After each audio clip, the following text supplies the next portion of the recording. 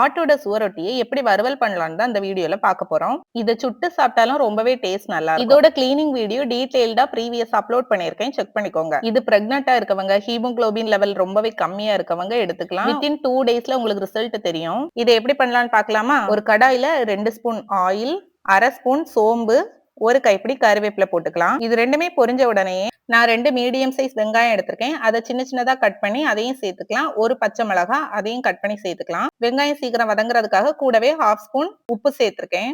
இந்த வெங்காயம் ஒரு 60% குக் ஆகிறது வரைக்கும் நல்லா வதக்கிக்கோங்க.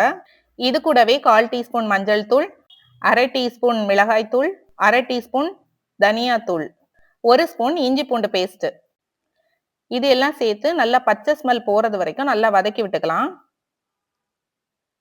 இது கூடவே நம்ம கட் பண்ணி வச்சிருக்க சுவரொட்டியை சேர்த்துக்கலாம். சுவரொட்டியை வாங்கி நல்லா முழுசா நீட்டா கிளீன் பண்ண அப்புறம் தான் கட் பண்ணணும். அப்பதான் அதுல உள்ள சத்துக்கள் வெளியே போகாம இருக்கும். நான் அப்படிதான் கட் பண்ணி வச்சிருக்கேன். அதையும் உள்ள சேர்த்து நல்லா வரட்டி விட்டுக்கலாம். நான் ஒரு விடுகதை கேட்கிறேன், அதுக்கும் ஆன்சர் பண்ணுங்க. பிடுங்கலாம் ஆனால் நட முடியாது, அது என்ன? இதோட ஆன்சரை கமெண்ட்ல சொல்லுங்க. இப்ப இந்த சுவரொட்டியை ஒரு 2 நிமிஷம் நல்லா வதக்கி விட்டுக்கலாம். இது கூடவே நான் ஒரு 1/2 ஸ்பூன் பெப்பர் பவுடர் சேர்த்திருக்கேன். சேர்த்துட்டு அதையும் லைட்டா வதக்கி விட்டுக்கோங்க.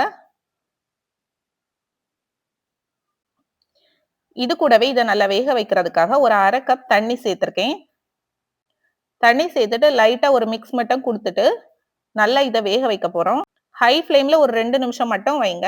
அப்ப அது நல்லா கொதிக்க ஆரம்பிச்சிடும். உடனேயே ஒரு மூடி போட்டு ஒரு 5ல இருந்து 7 நிமிஷம் சிம்லயே போட்டு நல்லா வேக விட்டுருங்க.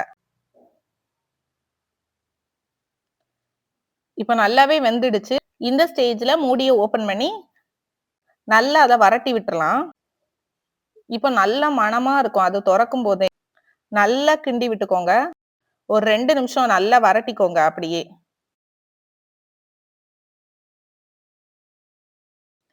வரட்டிட்டு கொத்தமல்லி இலை தூவி இறக்கிடலாம். நீங்களும் இதே மாதிரி செஞ்சு ட்ரை பண்ணி பாருங்க. அண்ட் நம்மளோட சேனலை சப்ஸ்கிரைப் பண்ணிக்கோங்க. தேங்க்ஸ் ஃபார் வாட்சிங்.